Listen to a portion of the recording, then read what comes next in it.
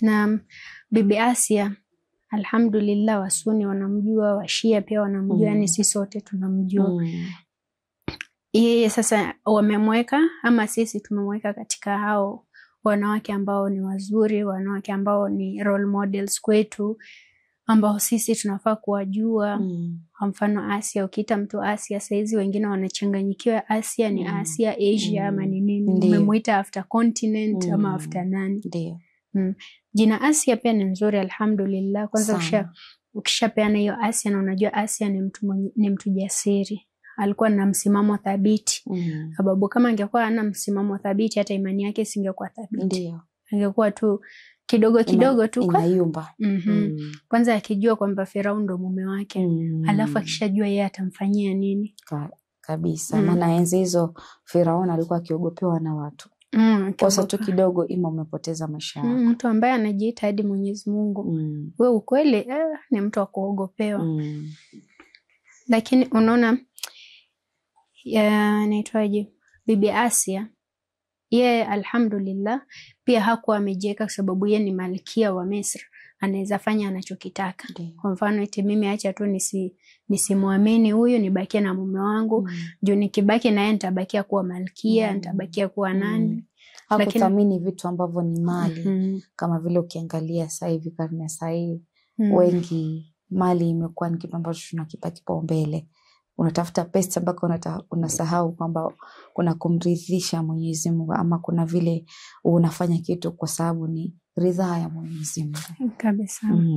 Mambo mengi tunayafanya juu ya hiyo kwa sababu kuna sehemu labda kazi, wakati mwingine sehemu za kazi inafika wakati wa swala huwezi enda kuswali. Kwa nini? Kwa sababu unajua nikienda kuswali hapa watanikata time. Wakinikata time watasema wewe ulichukua hii time ambayo si time ya kula ama si time ya nini, ulijipatia off yako ya madakika kidogo ukaenda. Kwa hivyo hii time tunakukata.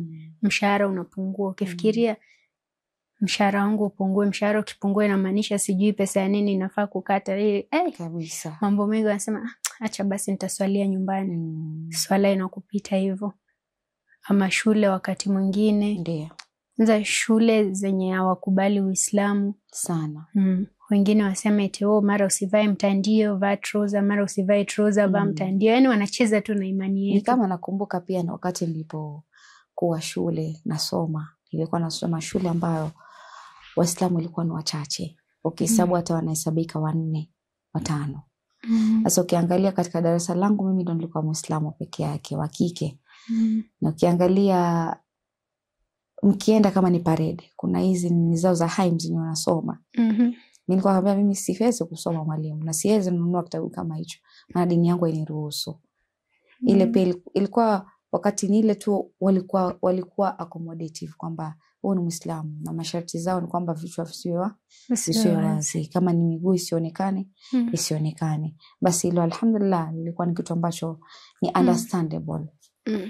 Kuna unatoaje sisi wenyewe Waislamu, kwa mfano wazazi pia wanafaa kuangalia ni shule gani wanapeleka watoto wao. Sababu kucompromise dini yako ni kucompromise mambo mengi sana. Sasa wewe ukipeleka mtoto kwa shule ambayo unajua eti this ni top performing school, so mimi nataka mtoto wangu aende kwa hiyo shule ndo apate elimu nzuri, lakini iko na negative side. Hiyo negative yake ni una compromise dini yako. Naambia mtoto akitaka kuja kwa hii shule, it's either mtandio atoe na aende church kila siku, sijui afanye nini, na Uislamu labda hata wakati mwingine hawawapati sehemu ya kuswali. Kuna wengine wanasema aende church lakini time ya kuswali mnaachiwa mwende mswali. Lakini kuna wengine hawakubali kabisa. Wewe ukiwa Muislamu ndio wewe ni Muislamu lakini umekuja kwa shule yetu. Kwa hivyo unafaa kuabide by the rules. Haufai kwenda kivyako. Hiyo pia sio Uislamu. Mwenyezi Mungu inshallah atusaidie tufungue mashule yetu ndo watoto wetu wasiende kucompromise dini zao. Sana. Kwa sababu ukiangalia upande wa kusoma haswa dini katika shule. Shule nyingi za imani Nairobi ama ni kama Kakamega ama ni bara ni wapi, utakuta shule zinafunza CRA. Walimu wa IRE ni wachache sana kabisa. Kwanza hiyo ndo one of the most tutahitaji challenge kubwa sana yenye sisi tuko nayo, kwa sababu mtoto anasoma CRE, ndio kusoma CRE it's not a bad thing, ni vizuri ajue pia wewe upande mwingine unasema nini, at least atakuwa anajua side zote mbili.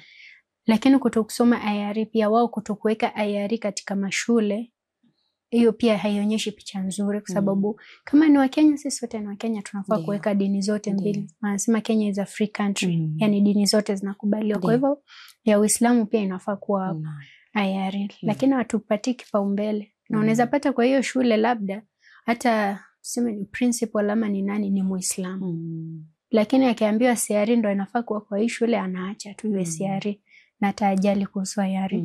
Kwa hivyo si wenyewe tumezembea kama Waislamu kwa kutokujali dini yetu.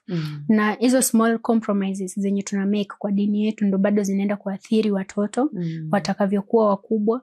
Anasema okay, mamangu ama wazazi wangu walinipeleka pale wakijua kwamba hakuna IRE, waka compromise, so it's okay to compromise wakati it's not okay ku compromise kwa dini. Maana ile imani pia nadhani wa siku zote inapungua. Katika hizo kama vile inavyotakikana kuwa. Kabisa.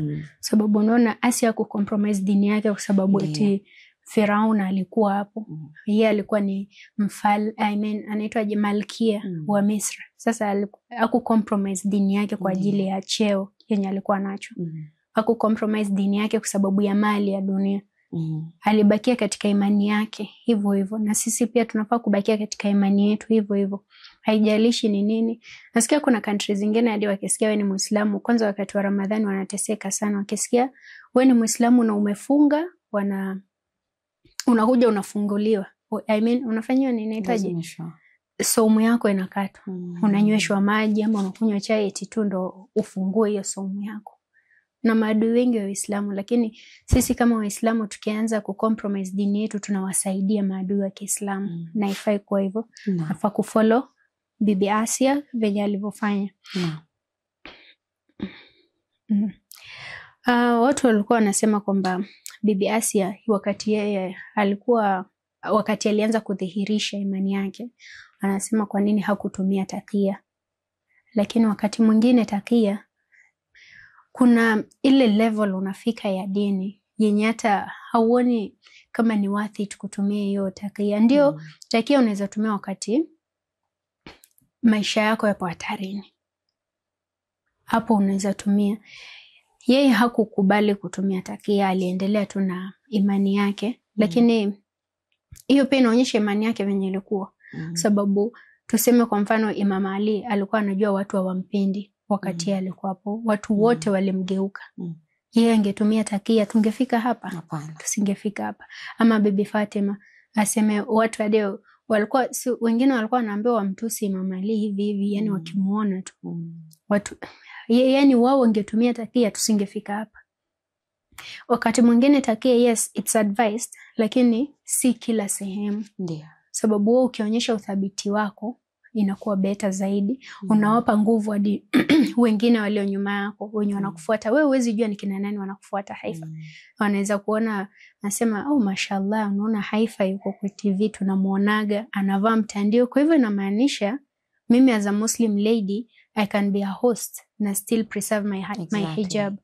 Lakini wewe ukisema eti mimi hapana siwezani na hii kazi kwa sababu hawakubali. Unaona wengine venye wanakuaga, lazima ukue in a certain way.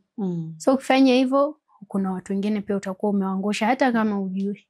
Nasema yule hakuweza, mimi ni nani niweze? Kweli. Lakini by your appearance tu, ukionekana tu hivyo nje, watu waone kumbe Haifa can be a host na she's a Muslim lady. Okay, so I'm a Muslim, I can also follow her footsteps.